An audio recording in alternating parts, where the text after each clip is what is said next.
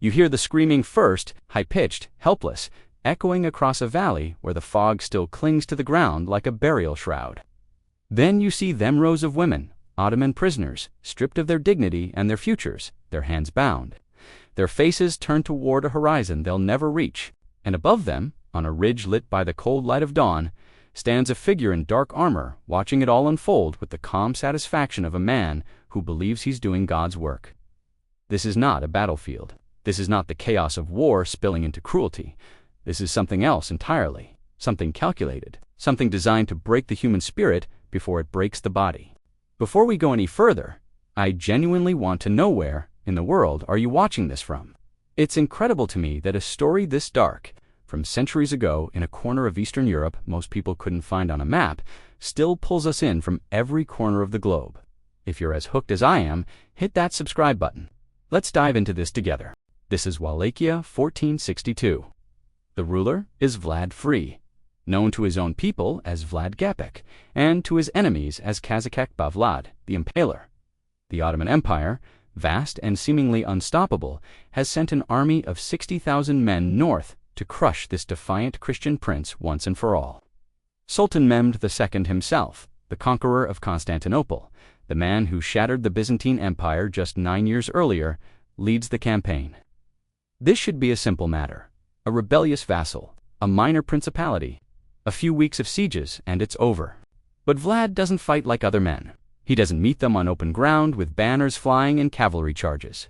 He meets them with psychological warfare so brutal, so meticulously orchestrated, that even hardened Ottoman commanders' men who've seen cities burn and entire populations put to the sword will write home about what they witnessed with a kind of horrified disbelief that borders on trauma. And at the center of it all, caught between two empires and two definitions of war, are the women. Ottoman women, Wallachian women, women who had the misfortune of being in the wrong place when a man decided to build a legend out of suffering. What Vlad did to them wasn't collateral damage. It wasn't the fog of war. It was policy. It was theater.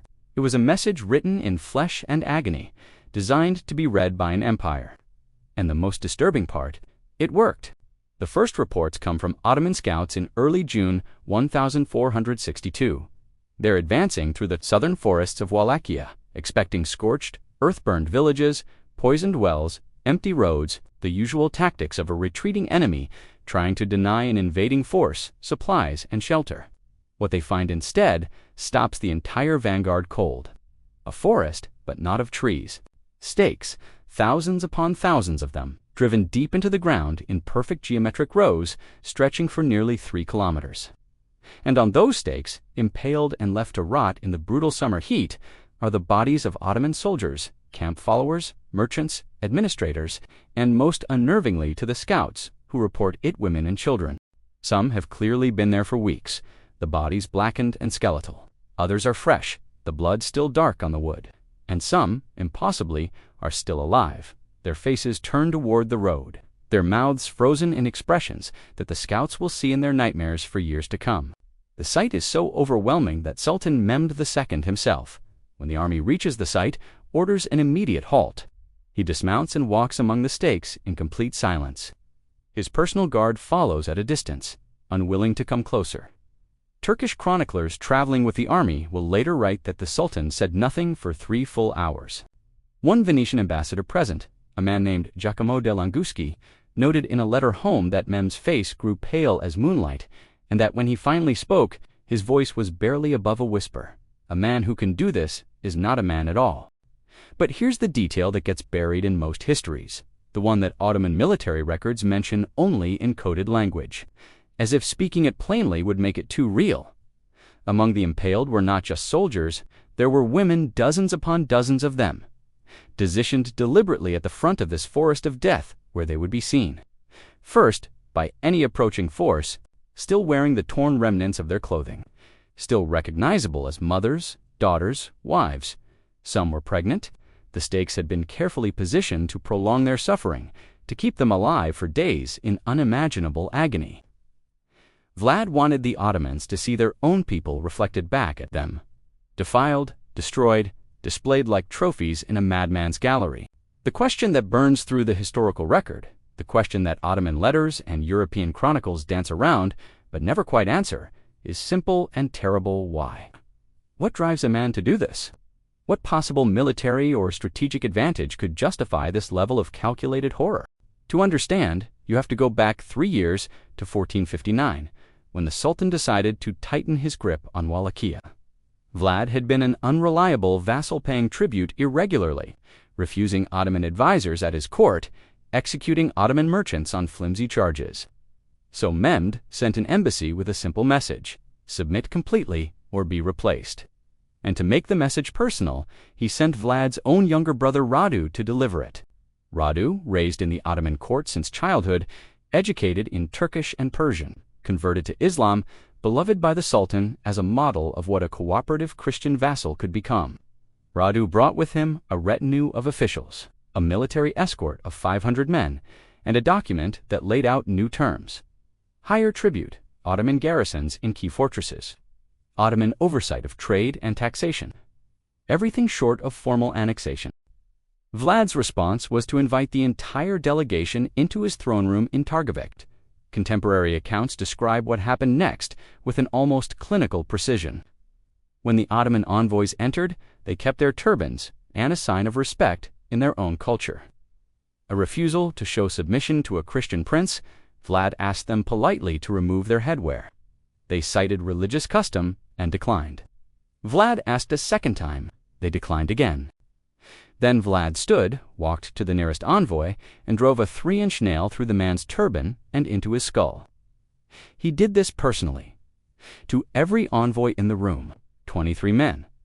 While Radu watched in paralyzed horror, then Vlad turned to his brother and said, in Turkish, so everyone would understand, now they will never remove their turbans. I have honored their custom permanently. He sent the bodies back to the Sultan in wagons, arranged in kneeling positions, with a letter that contained only one sentence: I have strengthened your faith for you. This wasn't madness. This was a calculated declaration. Vlad understood something that most minor princes didn't: that his small, poor, militarily weak principality could never defeat the Ottoman Empire in conventional war. The disparity in resources was insurmountable, but he could make conquests so psychologically unbearable, so traumatic and horrifying, that even an empire would flinch.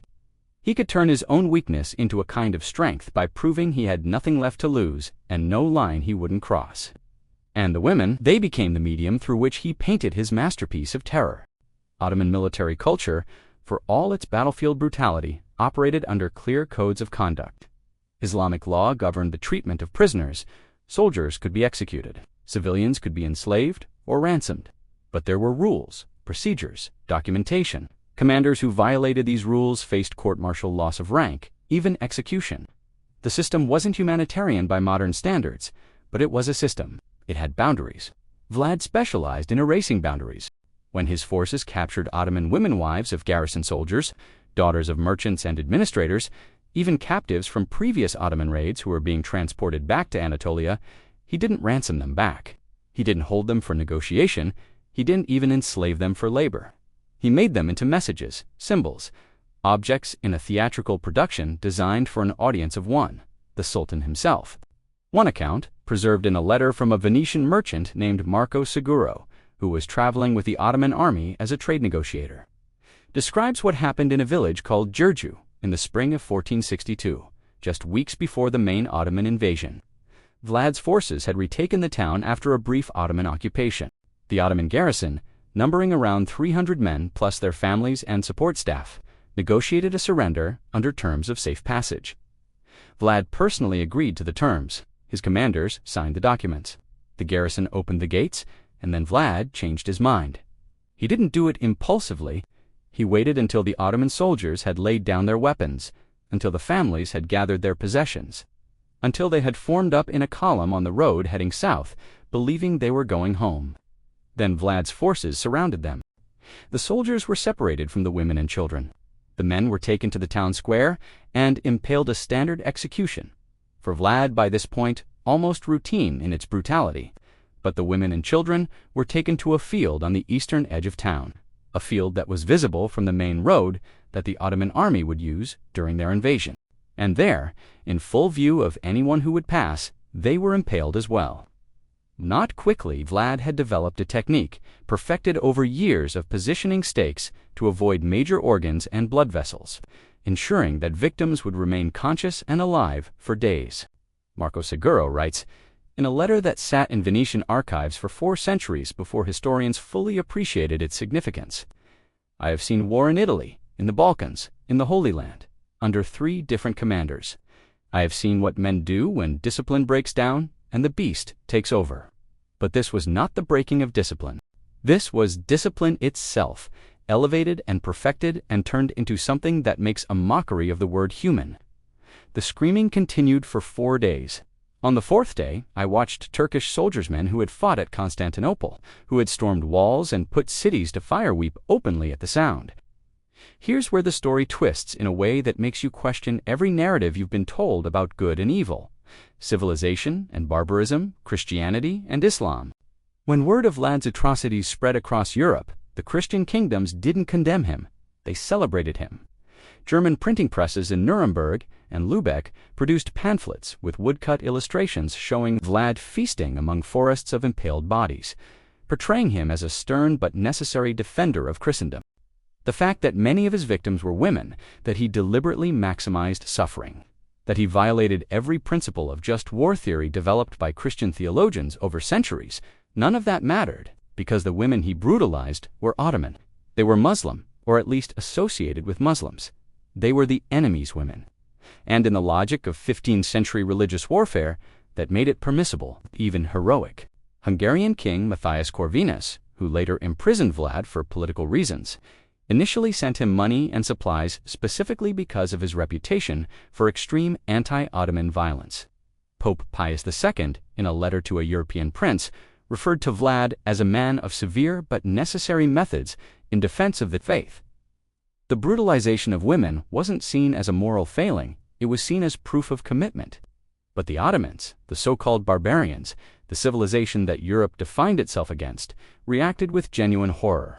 Sultan Mehmed II, standing in that forest of stakes in June 1462, made a decision that baffled his commanders and changed the course of the campaign. He ordered a withdrawal. Not a retreat. The Ottoman army hadn't been defeated in battle, hadn't suffered significant casualties, still vastly outnumbered Vlad's forces. But a withdrawal nonetheless. He told his generals, a man who does this is a man who fears nothing. Not God, not death, not the judgment of men or the opinion of history. We can conquer his land, but we cannot occupy it. Not while he draws breath. Every village would become a tomb. Every victory would taste of ashes. Mehmed left his brother-in-law Radu in command of a smaller occupying force and returned to Constantinople. Within months, that force would be harried, ambushed, and psychologically broken by Vlad's guerrilla tactics.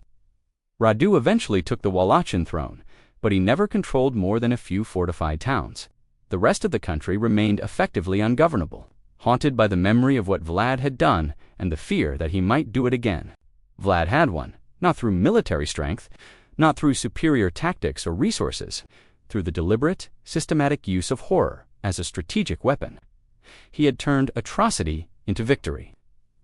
But there's another layer to this story, one that the chronicles mention in fragments but never fully examine, and it's perhaps the most disturbing aspect of all. Among the women Vlad impaled were not only Ottoman captives, there were also Wallachian women, his own people. Women accused of collaboration, of trading with Ottomans, of marrying Ottoman soldiers during previous occupations, of converting to Islam, of learning Turkish, of any association that could be interpreted as cultural betrayal. In Vlad's cosmology, these women were worse than enemies. They were traitors to blood and faith, and so they received the same punishment. A letter from a Hungarian nobleman named Benedict Chabot, who visited Vlad's court in 1460, describes a dinner where Vlad casually pointed out a window to a courtyard where several women were being prepared for execution. Chabot asked what their crime was. Vlad replied, with no particular emphasis or emotion, they lived as Turks. Chabot, confused, asked what that meant. Vlad smiled. The nobleman specifically notes the smile and said, they forgot what they were. I am helping them remember in their final moments. This was never just about defeating the Ottoman Empire. It was about enforcing a rigid, absolutist vision of identity, one where no cultural mixing or coexistence could exist. Under Vlad, you were either purely, violently Wallachian and Christian, or you were a body destined for a stake. Women's bodies became the literal border markers of this identity, the line no one could cross without fatal consequences. And the cruelest part, it worked. For a generation after Vlad's death, Ottoman forces avoided Wallachia whenever they could not, because it lacked strategic value, but because the memory of what happened there poisoned the land. Ottoman military records describe soldiers refusing to march through regions where the forests of stakes had stood. Commanders reported desertions and a persistent belief among the troops that the land was cursed. One general wrote in 1480, "The men say they hear screaming at night. I do not believe in ghosts, but I believe in the memory of horror, and that memory is as effective as any fortress wall." Vlad had turned his country into a haunted landscape, and the ghosts were the women sacrificed to build his legend. A letter preserved in the Hungarian state archives, written decades later by a survivor, makes this even clearer. The woman an Ottoman official's daughter, captured in 1462, described being marched with dozens of others to a hillside, watching soldiers prepare the stakes with casual efficiency. The silence, she wrote, was absolute. A Wallachian officer pulled her aside and, speaking unexpectedly in Turkish, told her, "Run south, don't stop, tell them what you saw." She fled, reached a monastery, and lived there until her death in 1503. In her old age, she wrote, "I think now I understand. He wanted someone to tell the story, not to condemn it, but to spread the terror farther than any state could reach." That was the legacy. Not just bodies, not just military effect, but the intentional creation of a myth through the systematic brutalization of women. Vlad understood what modern psychological warfare would later rediscover, that the most effective weapon is not the one that kills the most, but the one that destroys the enemy's will to fight, that gets into their dreams and stays there.